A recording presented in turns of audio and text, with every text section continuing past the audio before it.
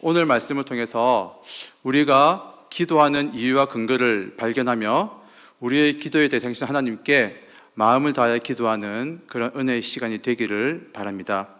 오늘 본문은 하나님께서 기도원을 사사로 부르시는 장면입니다.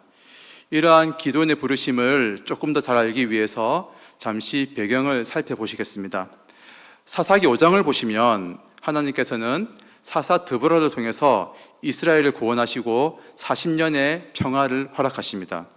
그런데 사사기에서 반복되는 형식처럼 이들은 하나님의 평화를 두시자 또다시 하나님께 범죄하게 됩니다. 그리고서 6장 1절을 보시면 이번에는 하나님께서 미디안을 들어서 7년 동안 이스라엘을 징계하십니다. 그런데 이 징계의 내용을 보면 너무 비참합니다. 이스라엘을 괴롭히는 미디안의 모습을 메뚜기떼라고 표현하는데, 미디안은 정말 사방팔방에서 우르르 몰려와서 이스라엘을 약탈하고 괴롭힙니다. 그리고 그 정도가 얼마나 심했던지 일상생활을 이어나갈 수가 없습니다. 이스라엘은 집에서 도망하여서 산으로 들러다니고 굴을 파고 연명하면서 생활을 하게 됩니다. 거기다가 이 미디안이 얼마나 악랄했는지 파종 때가 되면은 그 시기, 씨 뿌리는 시기를 딱 맞춰서 이스라엘에 쳐들어오는 것입니다. 여러분, 씨를 뿌리지 않으면 추수를 할 수가 없습니다. 일상생활을 이어나갈 수가 없고요. 그리고 이것은 농경사회에서 씨 뿌리는 것을 막는다는 것은 한 민족을 말살하겠다는 의도인 것이죠. 이처럼 미디안은 이스라엘 민족을 철저히 짓밟고 없애버리는, 그리고 잔인하고 악랄한 민족이었습니다. 이런 이스라엘 백성들의 삶이 얼마나 피폐하고 고통스러웠을까요? 그래서 이스라엘은 다시 하나님께 부르짖습니다. 미디안으로 말미암아 도저히 못 살겠다고 하나님께 부르짖었던 것이죠. 그리고 그런 부르짖음 위에 펼쳐지는 장면이 바로 오늘의 말씀입니다. 우리 본문 11절 12절을 이번에는 함께 한번 읽어보시면 좋겠습니다. 11절 12절입니다. 시작. 여호와의 사자가 아비에셀 사람 요아스에게 속한 오브라에 이르러 상수리 나무 아래에 앉으니라. 마침 요아스의 아들 기드온이 미디안 사람에게 알리지 아니하려 하여 밀을 포도주 틀에서 타작하더니 여호와의 사자가 기드온에게 나타나 이르되 큰 용사여 여호와께서 너와 함께 계시도다 하매. 여기서 우리는 우리를 향한 하나님의 참으로 놀라운 사랑을 마주하게 됩니다. 저들이 부르짖을 때, 저들의 죄악된 모습에도 불구하고 하나님께서는 그 부르짖음을 외면하지 아니하시고 친히 구원의 손길을 펼치신다는 것입니다. 사실 저도 가정에서 아이들을 양육하지만 아이들이 한 번씩 말을 듣지 않을 때 그때 참 속상합니다. 한 번은 딸기를 사서 공평하게 7개씩 나누어서 첫째와 둘째가 다투지 않도록 담아 주었습니다.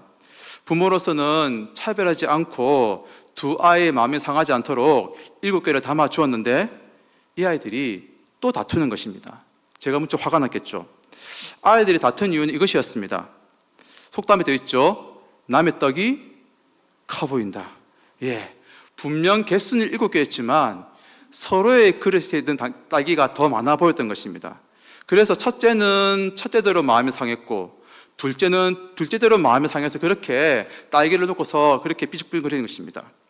여러분, 참 부끄럽게도 제가 목사임에도 불구하고 이렇게 부모가 마음을 써줘서 그들을 잘 대해주지만 배려해 주어도 그 노력이 물거품일 때 속이 많이 상합니다. 순간적으로 두 아이가 얄미웠고요. 다시는 딸기를 주지 않겠노라 그렇게 다짐을 하기도 합니다. 그런데 오늘 우리 하나님은 어떠십니까?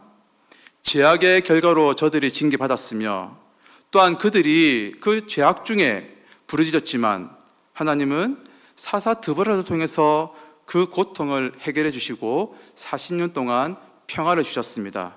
그런데 이들이 어떻게 합니까? 또다시 하나님께 범죄합니다. 그리고 그들이 부르짖자 하나님께서는 그들을 불쌍히 여기셔서 또다시 이스라엘을 구원할 사사를 보내주시더라는 것입니다. 우리를 향한 하나님의 그 사랑을 우리가 다시 한번 기억하기 원합니다. 우리의 죄악보다 더 크신 하나님의 사랑이 우리에게 있기에 우리는 여전히 살아 숨쉬며 우리가 주님을 섬길 수가 있다는 것입니다. 죄인된 우리를 위해서 자기 아들을 보내신 하나님의 사랑이 지금도 우리에게 있음을 기억하시며 어떤 고통과 아픔 가운데서라도 하나님을 찾고 기도하는 모두가 되시기를 바랍니다. 다음으로 연약한 자를 강하게 하시는 하나님이시기에 우리가 기도할 수가 있다는 것입니다. 사실 오늘 본문에서 상황과 너무 맞지 않는 한 단어가 있습니다. 그것은 바로 기드온을 큰 용사라고 부르시는 것입니다. 기드온은 사실 미디안 사람들이 두려워서 포도주 틀에서 밀 이삭을 타작했습니다. 그에게는 이미 하나님에 대한 믿음은 사라진 지 오래였고요, 미디안이라는 그런 현실의 위협과 어려움 앞에서 무기력한 한 사람이 지나던 사람이 바로 기드온이었습니다. 하지만 놀라운 사실은 하나님은 기드온이 가진 연약함과 두려움을 다 아시면서도 그를 큰 용사로 부르시고 계시다는 사실입니다. 그 이유가 무엇일까요? 비록 기드온이 약하다 할지라도 만왕의 왕이시며 전능하신 하나님이 기드온과 함께 계시고 그를 용사와 같이 강하게 만드시고 사용하실 것이기 때문입니다. 그렇습니다. 우리가 늘 기억하고 잊지 말아야 할 것이 이것이죠. 하나님이 함께 하시면 그 누구라도 놀랍게 변화될 수가 있다는 사실입니다. 사랑하는 여러분, 하나님께서는 자신의 뜻을 펼쳐나가심에 있어서 인간의 그 어떤 조건도 중요하지 않음을 기억하시기 바랍니다. 이 기드온이 사실 부르심을 받고 거절하는 장면은 모세의 그 부르심을 연상하게 합니다. 모세 역시도 자신은 할 수 없다고 부르심을 거절했지만 하나님은 모세를 사용하셔서 출애굽이라는 위대한 일을 이루셨습니다. 그리고 하나님은 그렇게 몰래 숨어서 밀을 타닥하던 겁 많고 두려움에 휩싸인 한 사람 기드온을 부르셔서 큰 용사를 만드시고 이스라엘을 구원하셨습니다. 제가 고린도전서 1장 28절 29절 말씀을 한번 읽어드리겠습니다. 하나님께서 세상의 천한 것들과 멸시받는 것들과 없는 것들을 택하사 있는 것들을 폐하려 하시나니 이는 아무 육체도 하나님 앞에서 자랑하지 못하게 하려 하심이라. 아멘. 그렇습니다. 하나님은 세상에서 천한 것들과 멸시받는 자들을 부르십니다. 인간이 보기에는 가장 나약하더라도 그런 자들을 부르셔서 하나님의 사랑으로 사용하시는 분이 바로 우리 하나님이십니다. 그러므로 하나님을 믿는 우리는 비록 나의 모습이 부족하고 연약하다 하더라도 거기에 좌절하거나 절망하지 말아야 할 것입니다. 모든 사람이 그 사람을 포기하더라도 하나님께서는 우리에 대한 기대를 결코 저버리지 않으십니다. 우리와 함께 하시며 우리에게 하나님의 구원을 베풀어 주실 것입니다. 이 사실을 굳게 붙드는 모두가 되시기를 바랍니다. 마지막으로 하나님은 우리의 부족한 기도에도 응답해 주시는 분이시라는 것입니다. 그렇게 큰 용사로 부르신다는 여호와의 사자의 말에 기드온이 그러면 어떻게 반응을 했을까요? 우리 본문 13절만 한번 읽어보시겠습니다. 13절입니다. 시작. 기드온이 그에게 대답하되 오 나의 주여 여호와께서 우리와 함께 계시면 어찌하여 이 모든 일이 우리에게 일어났나이까?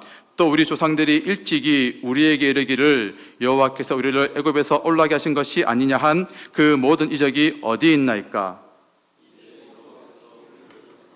미디안의 손에 우리를 넘겨주셨나이다 하니. 아멘. 여호와의 사자가 하나님이 너와 함께 계시다 큰 용사여 할 때 기드온은 어땠습니까? 대답이 부정적이었습니다. 기드온은 오히려 마침 잘 됐다, 이때다 기회가 싶어서 그동안 그의 마음에 품어왔던 원망을 쏟아냅니다. 아니, 하나님이 이스라엘 백성과 함께 하신다고 했는데 왜 이런 고난이 우리에게 주어졌습니까? 조상들을 큰 권능으로 구원내신 그 하나님이 자신들이 이렇게 고통을 당하는데 왜 가만히 계시냐며 불평하며 원망하고 있다는 것입니다. 그런데 여러분, 이런 기도원의 모습이 사실 다른 누군가가 아니라 저의 모습, 우리의 모습이 아닌가 생각을 해봅니다. 하나님을 향한 그렇게 불평과 원망을 쏟아내는 그 기도원이 나의 모습과 우리의 모습과 겹쳐지더라는 것입니다. 사실 우리에게도 하나님이 우리의 아버지라고 하면서 왜 우리 삶에 고통은 여전한지, 왜 하나님은 이 상황을 내버려 두시는지 의문이 있습니다. 사랑과 자비의 하나님이라고 하시면서 왜 내 삶에는 하나님의 그 사랑과 자비가 느껴지지 않느냐, 때로는 반문하기도 합니다. 그런데 하나님은 이런 기도원의 원망과 불평을 책망하지 않으십니다. 오히려 반대입니다. 그의 간구를 들어주심으로써 그를 강한 용사로 세워 나가고 계십니다. 그가 표징을 구할 때 친히 표징을 보여주십니다. 그리고 그 표징의 결과는 그가 그토록 원하는 평안이었습니다. 우리 본문 24절 말씀을 한 번 더 읽어보시면 좋겠습니다. 본문 24절 말씀입니다. 시작. 기드온이 여호와를 위하여 거기서 제단을 쌓고 그것을 여호와 살롬이라 하였더라. 그것이 오늘까지 아비에셀 사람에게 속한 오브라에 있더라. 아멘. 기드온은 두려움에 휩싸여서 숨어서 미를 타작하던 사람이었습니다. 하나님이 그를 부르셨지만 여전히 믿지 못하고요, 원망과 불평을 쏟아내었습니다. 그는 이것도 부족해서 하나님께 표징을 구하는 불신앙의 모습을 보였습니다. 그런데도 하나님은 이런 기도원을 책망하거나 물리치지 않으십니다. 연약한 그의 기도에 친히 응답하셔서 그가 그토록 원하는 평강, 샬롬을 허락하십니다. 그에게 담대함을 주시며 그가 강한 용사로 설 수 있도록 은혜를 베푸십니다. 그리고 이렇게 세워진 기도원으로 인해 기드온과 이스라엘은 다시 한번 하나님의 구원을 경험하게 되었던 것입니다. 사랑하는 여러분, 오늘 우리 모두는 이 자리에 기도하러 나왔습니다. 그런데 누군가에게는 금요일이 불금이지만 사실 금요일은 우리에게 참 복잡한 감정이 담긴 날입니다. 왜냐하면 일주일을 보내고 나니 한 주 동안 말씀으로 살지 않은 우리의 모습이 참 부끄러운 것입니다. 그런데 또 이틀이 지나면 주일을 맞아서 거룩한 모습을 하나님께 예배하는 그런 복잡한 감정이 금요일에 우리의 모습이 아닐까 생각을 해봅니다. 이러지도 저러지도 못한 채 살아가는 우리의 모습이 금요일 같고요, 어쩌면 기도원과도 같을지 모르겠습니다. 그러나 하나님은 우리의 부족하고 연약한 기도에 응답해 주십니다. 왜냐하면 하나님께서는 예수 그리스도의 이름으로 기도하는 우리에게 반드시 응답해 주시겠다고 약속하셨기 때문입니다. 이 저녁 그렇기에 우리가 다시 한번 기도하기 원합니다. 우리의 죄악 중에도 긍휼을 베푸시며 연약한 자를 물리치지 않으시고 오히려 강하게 하시는 그 하나님, 우리의 부족한 기도에도 응답하시는 하나님은 우리의 기도를 들으시고 반드시 구원을 베풀어 주실 것입니다.